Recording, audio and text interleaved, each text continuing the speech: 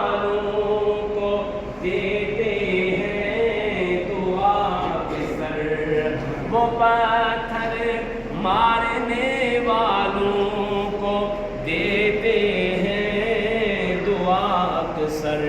کوئی لاؤ مثال ایسی شرافت ہو تو ایسی ہو، کوئی لاؤ مثال ایسی شرافت ہو تو ایسی ہو، ہمیں رکھتے ہیں نظروں میں عنایت ہو تو ایسی ہو۔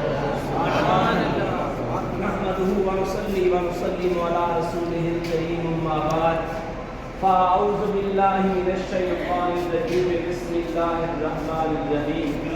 شہد اللہ انہ لا الہ الا ھو والملائکۃ واولو العلم قائما بالقسط لا الہ الا ھو انہ ھو العزیز الحکیم۔ صدق اللہ مولانا العظیم وصدق رسولہ النبی الکریم الامین۔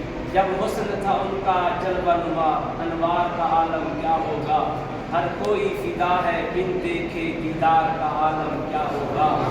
سنتے ہیں عرب کے ذروں پر، ہم لوگ یہاں پر الحمدللہ حاضر ہیں، مکہ میں بھی حاضر تھے، مدینہ میں حاضر ہیں۔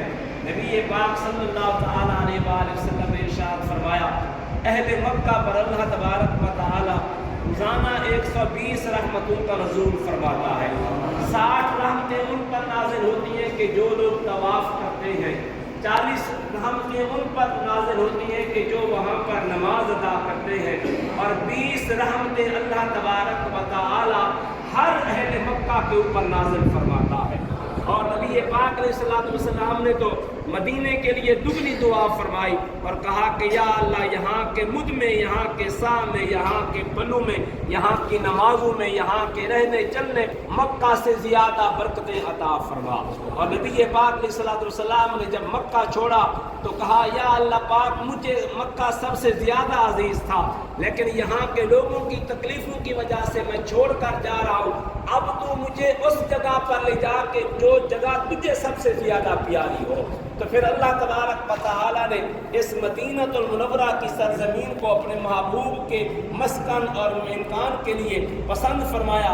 اور معلوم یہ ہوا مکہ میرے نبی کی پسند ہے اور مدینہ میرے رب کی پسند ہے، لہٰذا ہم لوگ مکہ میں رہے ہیں تو الحمدللہ ہم وہاں رہے ہیں کہ جو جگہ میرے نبی کو پسند تھی، اور اگر مکہ چھوڑ کر مدینہ آئے ہیں تو حضور پاک علیہ السلام کے روضے کے